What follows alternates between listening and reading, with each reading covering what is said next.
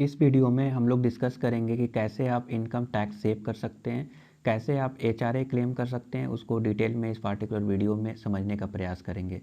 तो दोस्तों, आपको ये समझना पड़ेगा कि आपको एचआरए कितना मिल रहा है।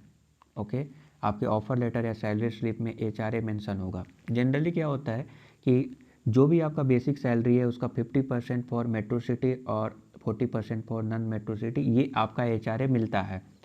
हो सकता है कि ये कम भी मिले, ऐसा भी पॉसिबिलिटीज़ है, या ना भी मिले। ठीक है, तो ये भी पॉसिबिलिटीज़ हो सकता है। तो एक्चुअल में एचआरए आपको कितना मिल रहा है, ये आपको अमाउंट निकालना है। देन आपका बेसिक सैलरी का 40% for non metro city and 50% for metro city कितना निकल के आता है। ये दो अमाउंट निकल के आ गया। तीसरा कि आप रेंट कितना पे करते हैं। ठीक है, एचआरए कुछ भी मिले, आप कितना रेंट पे करते हैं। तो इसमें दो पॉसिबिलिटीज आ सकता है। कौन कौन सा? तो एचआरए जो आपको मिल रहा है उससे ज़्यादा भी आप रेंट पे कर सकते हैं, उससे कम भी पे कर सकते हैं। सपोज दैट आपका बेसिक सैलरी है 1 लाख, ठीक है, तो उसका, और मेट्रो सिटी में आप रहते हैं तो उसका 50% अगर निकालेंगे तो वो निकल के आएगा 50,000। तो 50,000 आप, ज़रूरी नहीं है कि आप 50,000 ही पे कर रहे हो रेंट, हो सकता है कि आप 70,000 पे कर सकते हैं या उससे कम भी कर सकते हैं। तो अगर ज़्यादा करेंगे तो क्या होगा और कम करेंगे तो क्या होगा, तो चलिए देख लेते हैं। तो दोस्तों, जितना भी आप रेंट पे कर रहे हैं उसका 10% माइनस कर लीजिए। जो अमाउंट निकल के आएगा उसको नोट डाउन करके रखना है। देन आपका बेसिक सैलरी का 50% और 40% निकाल लीजिए मेट्रो एंड नॉन मेट्रो के अकॉर्डिंग, वो अमाउंट निकल के आ गया। तीसरा, एक्चुअल में एचआरए कितना मिल रहा है, वो अमाउंट आ गया। इन तीनों में जो सबसे मिनिमम होगा, सबसे मिनिमम जो आएगा वो जो है आप एचआरए एग्जेम्पशन करवा सकते हैं। ठीक है, तो अब ये आपको फ़र्क ही नहीं पड़ता है कि अगर आप आपका एक्चुअल एचआरए जितना मिल रहा है उससे अगर आप ज़्यादा पे कर रहे हैं या कम पे कर रहे हैं, जो मिनिमम निकल के आएगा वही एग्जेम्पशन होगा। सिंपल सी बात है। नाउ मान लीजिए कि आपको एचआरए मिल ही नहीं रहा है, ऐसा भी हो सकता है कि एचआरए मिल ही नहीं रहा है आपके एम्प्लॉयर के थ्रू।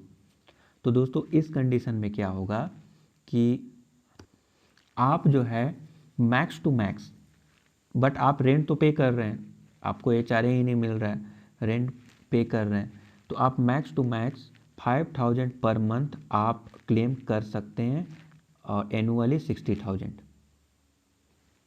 फिर भी आप क्लेम कर सकते हैं।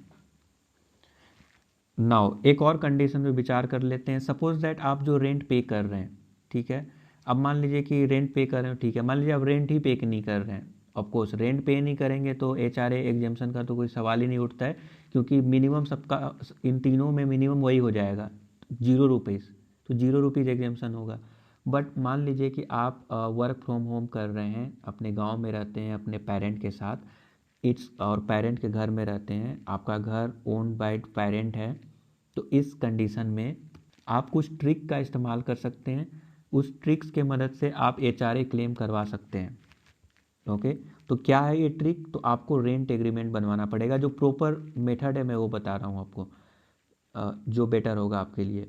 विदाउट एनी इशू आप जो है फिर भी एचआरए क्लेम कर सकते हैं। उसके लिए आपको रेंट एग्रीमेंट बनवाना पड़ेगा। रेंट एग्रीमेंट के बाद आपको जो भी जितना अमाउंट, जितना रेंट आप देना चाहते हैं per month, suppose that 50,000 per month अगर आप देना चाहते हैं तो ठीक है, बट आप जो है फंड ट्रांसफ़र करें बैंक अकाउंट से। ऐसा नहीं है कैश दे दिए, नहीं, वो सब नहीं चलेगा। फंड ट्रांसफ़र होना चाहिए बैंक टू बैंक। उससे क्या हो जाता है, एक प्रूफ बन हो जाता है कि आपने फ़ंड को ट्रांसफ़र किया। और रेंट रिसिप्ट बनाइए, रेंट रिसिप्ट बनाइए और बैंक अकाउंट में फ़ंड को ट्रांसफ़र कीजिए।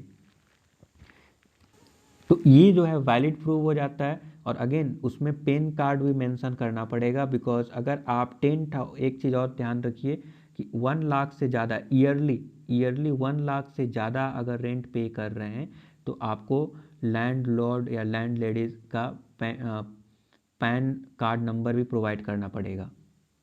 ओके, अदरवाइज़ 1 लाख से कम है तो बिना पेन कार्ड का भी चल जाता है, कोई प्रॉब्लम नहीं है। तो इस खास बात का ध्यान दीजिए, आप बिल्कुल HRA क्लेम कर पाएंगे। अगर कोई स्पेशल केस हो, छूट गया हो, तो उसके बारे में आप जो है कमेंट में बता सकते हैं। Thank you for subscribing the YouTube channel. Have a nice day.